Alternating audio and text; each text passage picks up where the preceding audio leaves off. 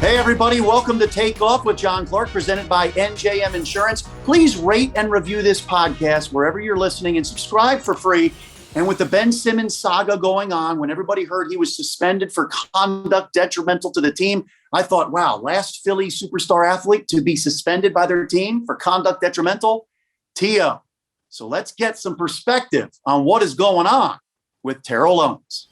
You know, I'm in my driveway. Again. I'm in my driveway, buddy. No way. Let's do it. Let's do it. I'm in my driveway. Let's do it. Well, let's get it going then. Hey, let's welcome in T.O. And T.O., what you doing there? I mean, that equipment looks familiar. Hey, you know, I'm in my driveway. You know what I mean? I heard some things going on in Philly. So how apropos than me give you an interview, you know what I mean, on my ab bench. Let's do it.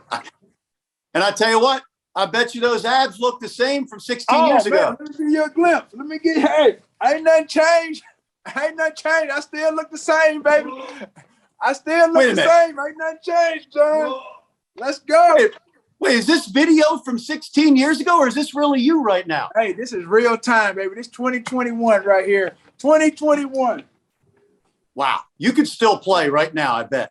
No doubt about it. No doubt about it. Absolutely. Absolutely. I like that.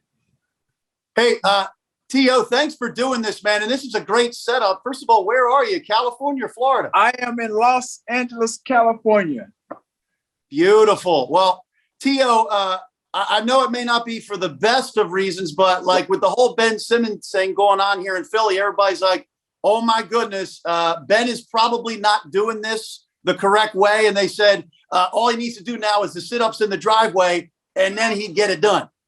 Hey, but first of all, his game has to speak louder than what he's been doing as of lately. And obviously, a lot of people have asked me about it kind of to weigh in. I think we obviously have chatted the last couple of days. And, you know, honestly, I think everybody knows that pretty much this is self-inflicted. And I think, as you just said and you just mentioned, I think he's going about it the wrong way. Again, if you want to get out, you want to, you know, go to another team, that's fine. But at the end of the day, you know, try to be a little bit more professional about the situation.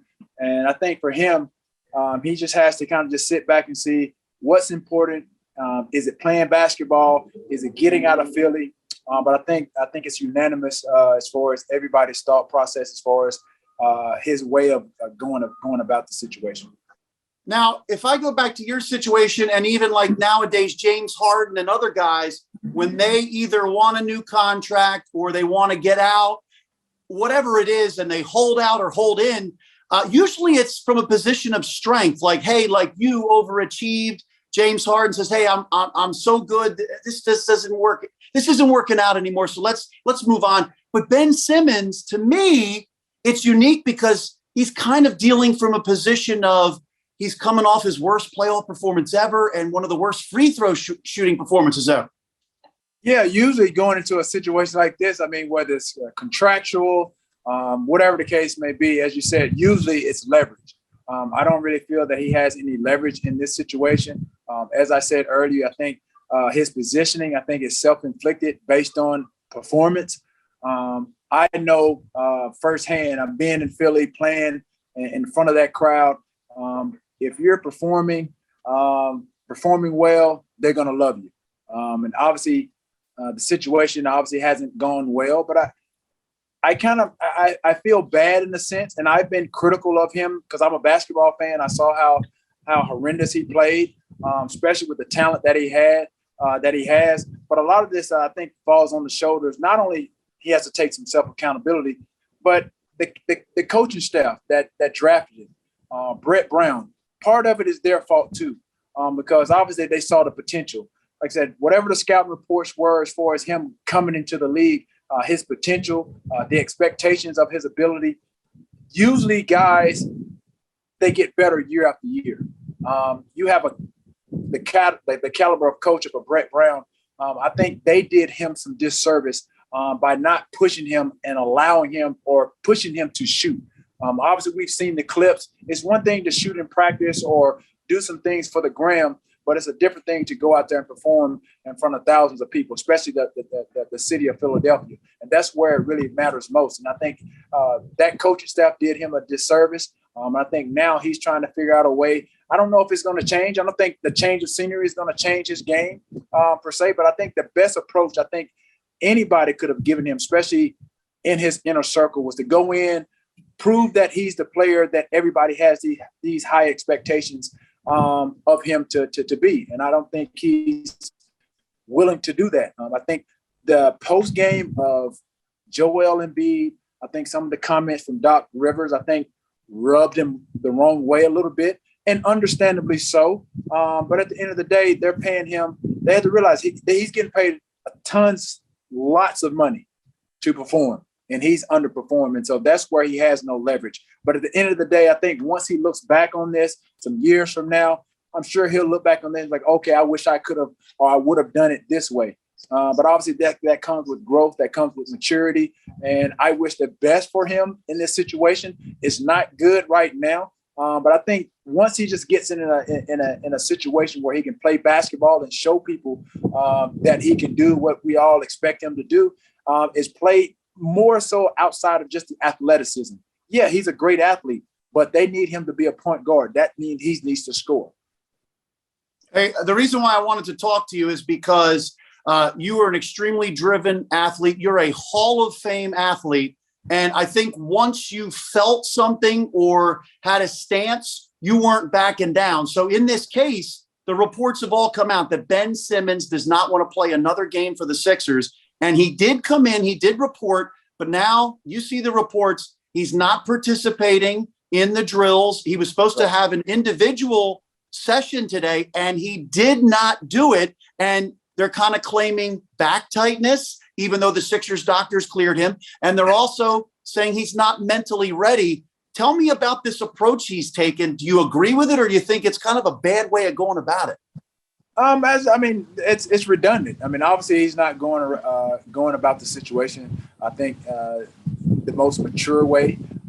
Obviously, like I said, you're going to be as solid as your team of people around you. So obviously he's gotten or getting bad advice. But I mean, obviously the things that is taking place with him, he's basically trying to sabotage obviously any type of relationship with management, the organization, teammates, coaches, or what have you. But at the end of the day, something has to happen. At some point, like I said, we can fault him for this situation. James Harden did the same, did a similar situation when he was in Houston.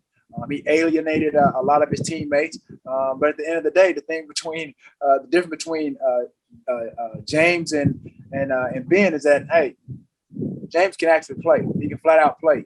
He can shoot the ball. You know what you're going to get from this guy for Ben to be however many years in the league now. And, obviously not being able to shoot the ball as he should, as he's displayed in a number of clips prior to the season, things of that nature. Those things aren't being duplicated and transferred to game time situation. That's where the frustration obviously lies with the city of Philadelphia, obviously with his coaches, his teammates. And I just wish the best for him. Like I said, I'm a basketball fan. I was very critical of being myself. Like I said, I like to see the city of Philadelphia do well. I'm a fan of Doc Rivers, my boy Sam Cassell, who's on the staff there. So I'm always rooting for guys that I have love and affection for. And again, their success obviously depends on the success of the players. And he was a big integral part of that. And he didn't perform to the expectations of, I'm sure, himself. He has to look himself in the mirror and see what he needs to do to, number one, better himself. And then I think everything else surrounding that will fall into place. But he has to come to grips with what he can do for himself first. And I think if you want to factor mental into it, I don't want to get into the mental awareness type of thing. I think that's a poor way to go about it, to claim mental health and things of that nature. You shouldn't play that way. But I wish he would just obviously get on the same page of his team, whomever he's surrounding himself with, to be able to get back on the court let us see what he's got. You know what I mean? So again, we know he has the athletic ability, the athleticism to play at a high level. Now we basically want to see all the work that he's put in the offseason. We want to see that on the court.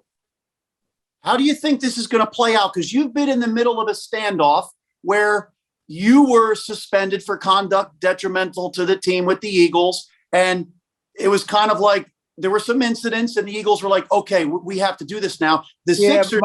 My situation was totally different. I mean, they were looking at any minute situation and they tried to use me as a scapegoat to compound really just the reputation that I had. I think over the years, I think people's time has really told the story of what went on when I was there in Philly. People saw and have seen that it wasn't me per se, and it's unfortunate that I wasn't able to really continue my career. And I thought I would have been able to retire a Philadelphia Eagle. But obviously, like I said, there was tension with Donovan. He had a lot of say-so in whether I came back to that organization to continue on to play. And that's a lot of power for somebody that really that had a lot of envy and jealousy towards me. For obviously, like I said, I was doing what I was supposed to do. And that was obviously coming in, helping and put the team in a better position to succeed. And again, like I said, that wasn't, those things that happened, and the decisions that were made to not bring me back. A lot of that fell on the shoulders of Donovan, and it's very, very, very unfortunate. And I think over the years, people have seen that, but it is what it is. I would have loved to have continued my career there, and I think just how things have unfolded, people realize that it wasn't me. So with Ben, this situation, I don't really seeing it, faring out well for either party. I think obviously they need to find some type of agreement to really just part ways amicably, if that's even possible. But at some point, somebody's going to have to give up something. You're not going to get what you want for Ben. That's just a part of the nature and part of the business. But I think the best thing to do is obviously to basically sever ties and move on.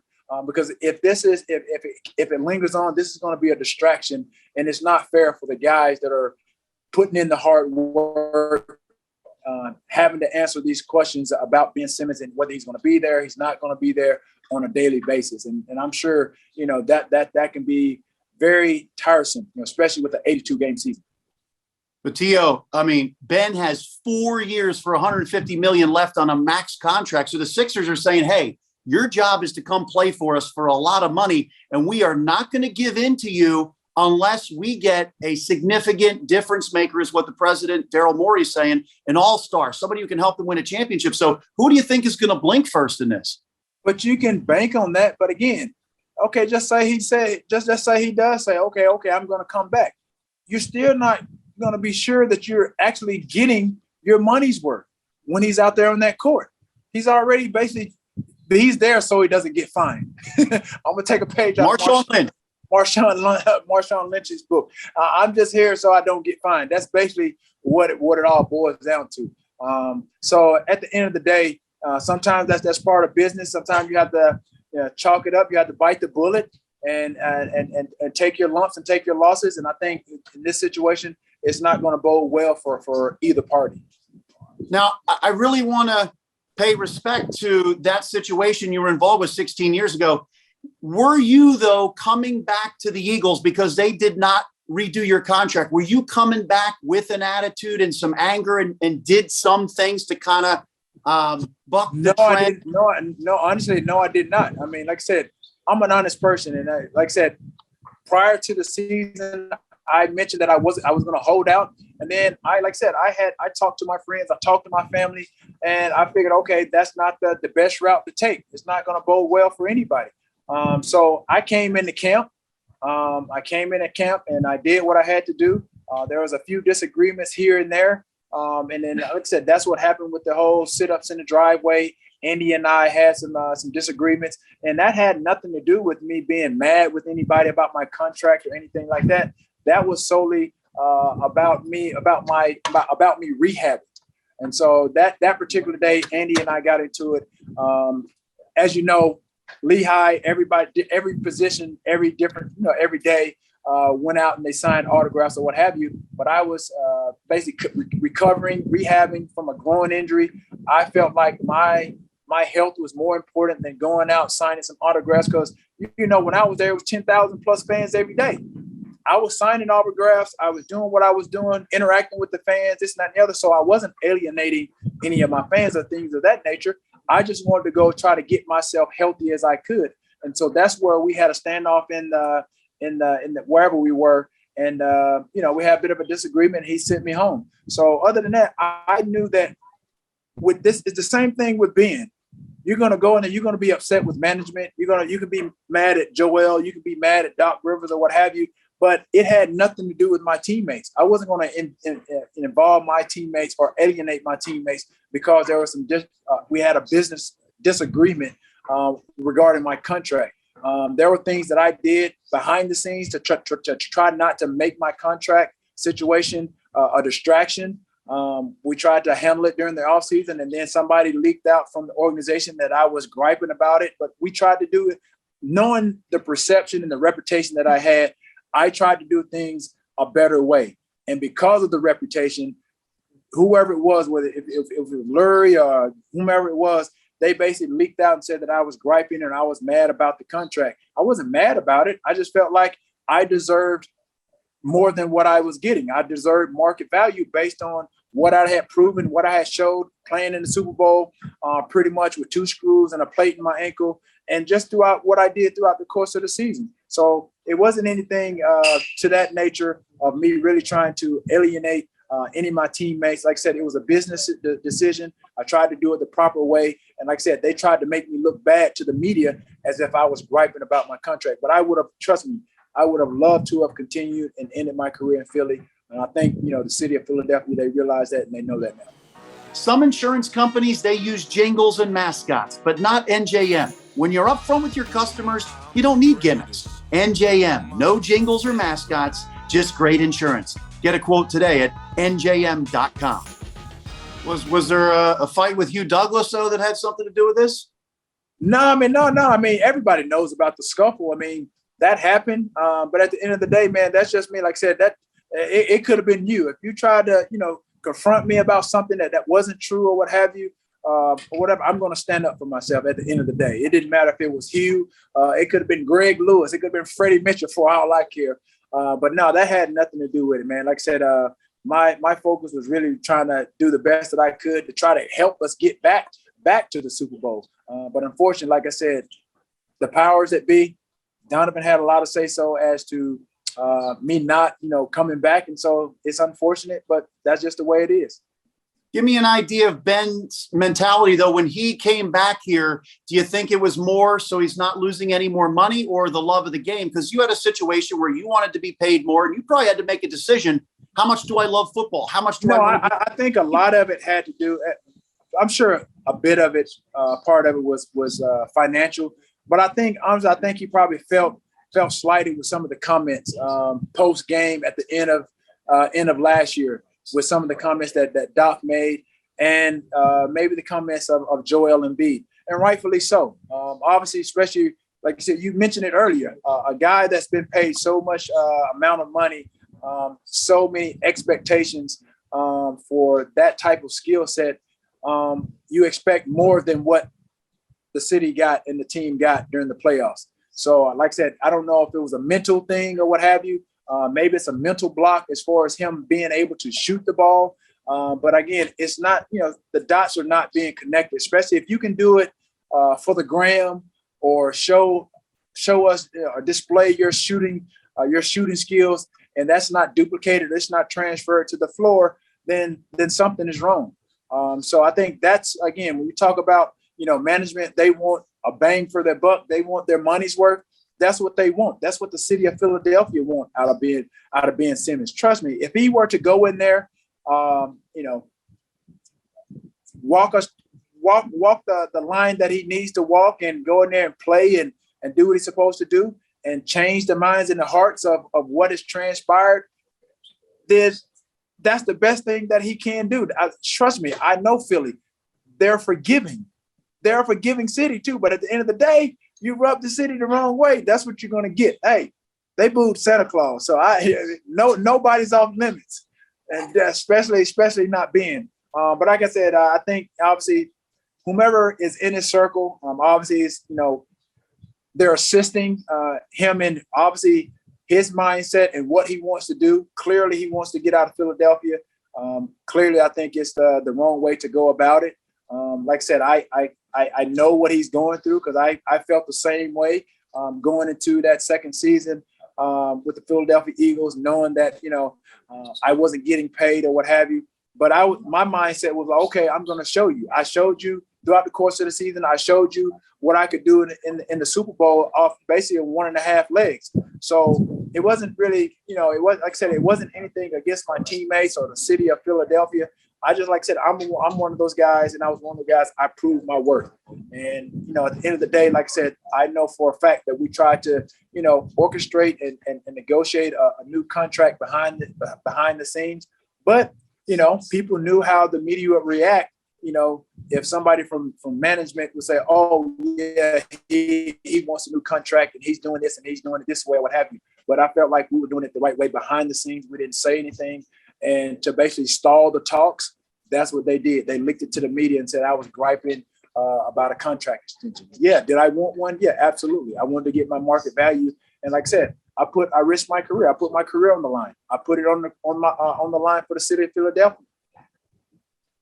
When you look at Ben Simmons and Joel Embiid, Joel said, I don't care about that man because he does whatever he wants. And Joel says he and Ben have not spoken since Ben reported. That's got to be an issue. And it seems like it's kind of a personal issue between them and Ben. Oh, yeah, of course, because, now you're affecting games, especially someone of that talent. Now you're expecting, you're disrespecting your teammates. Number one, with the approach, and you're affecting, obviously the season because of a talent like Ben Simmons. Hopefully, like I said, they can get this situation resolved.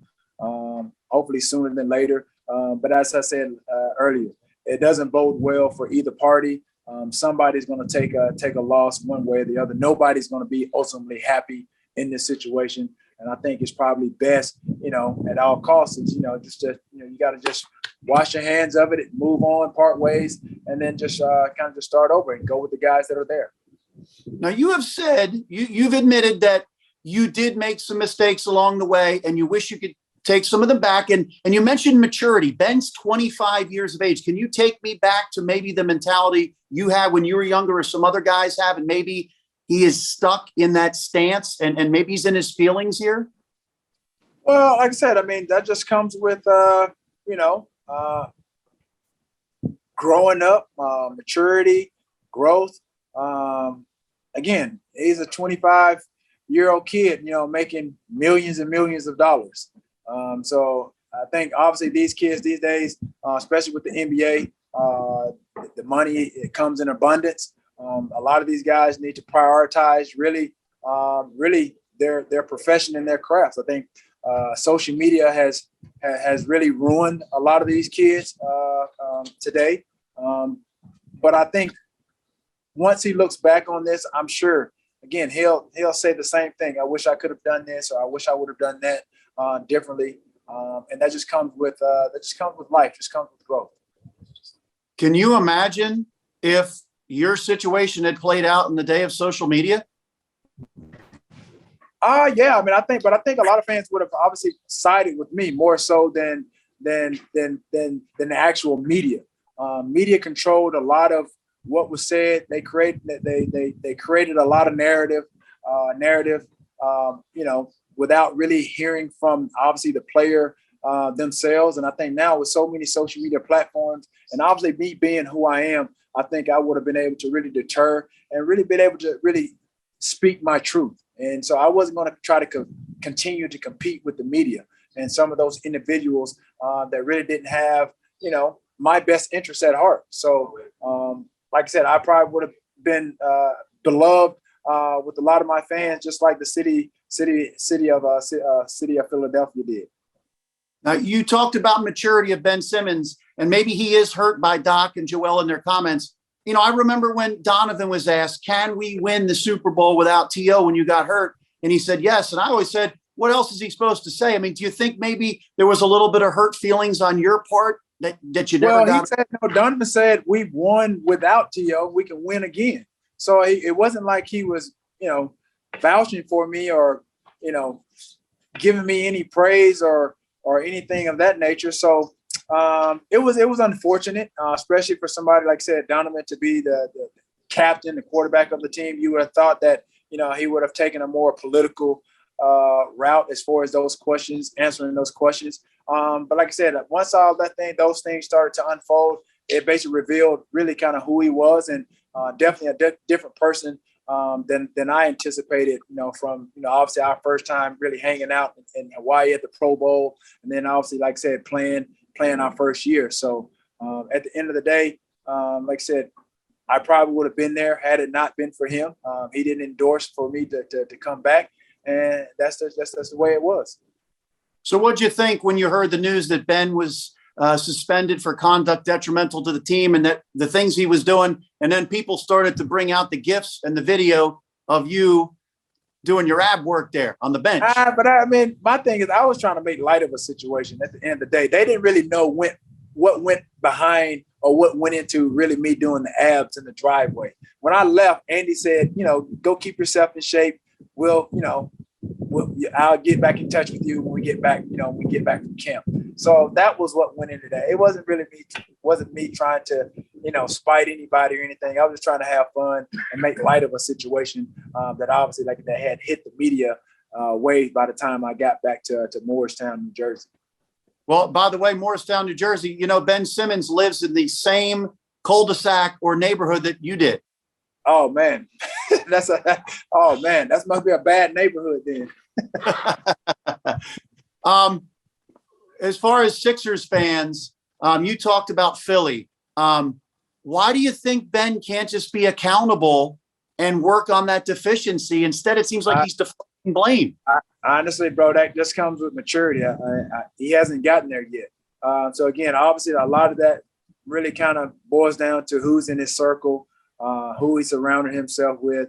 Like I said, it's not going to bode well because, if he's doing it here, obviously, whatever team he goes to next, he better be playing like an MVP type of player at the next stop. Otherwise, he's going to go through the same situation. So I'm just, like I said, I'm hoping that, he gets what he wants. And that's probably out of there. Like I said, nobody's going to be happy in this situation. It's not going to bode well. Somebody's going to be, somebody's going to be mad. Somebody's going to be pissed. What if the Sixers continue to play really well whathout Ben, and you have more space? At the end of the day, man, with the talent that he has, the athleticism, that's something that can't be replaced. But hey, if they can win without him, they can win without him. So just like, people have to move on from superstars. This is not the first time it's happened. It's not going to be the second time. Just like James Harden, he left from Houston. They were continuing. They maybe struggled a bit, but they end up winning. They're going to win some games or what have you. They're going to lose some. So right now it's going to be, like I said, it's going to be a distraction throughout the course of the year. And if things don't go well, then they're going to obviously blame Ben for being a distraction.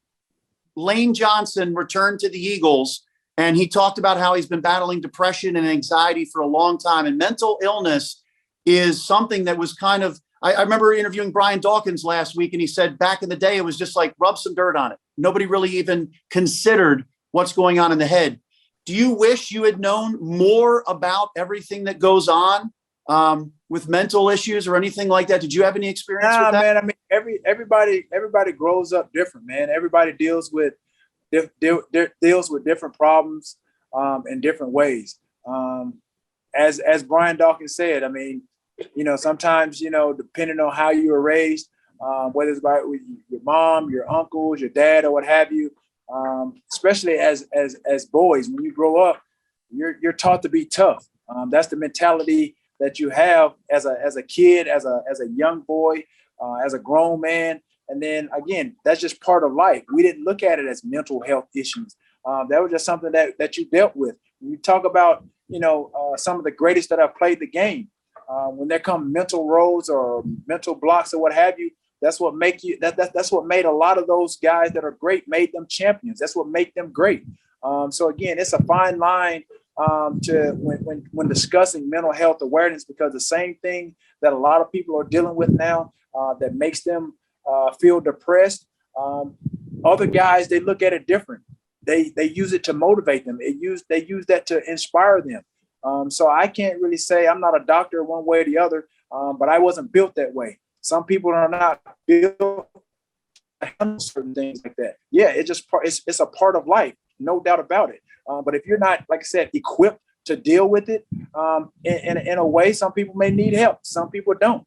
But I guarantee you, if you talk to a Michael Jordan, if you talk to a Kobe, that's not something that they would probably discuss, because those very things that, may be triggering depression for Lane Johnson, or just say a Naomi Osaka or Simone Biles or what have you, Michael Jordan, Kobe, those guys are the likes. They may use that to switch it and obviously spark greatness out of them. They don't use that as not saying it as an excuse, but they don't use that as something to fall back on, like, okay, this is what I'm doing, because everybody deals with issues throughout the course of their life, throughout the course of their careers. Well said. And by the way, I got to give you credit. Get your popcorn ready. Now we see the memes and the GIFs. You had it first. You already know.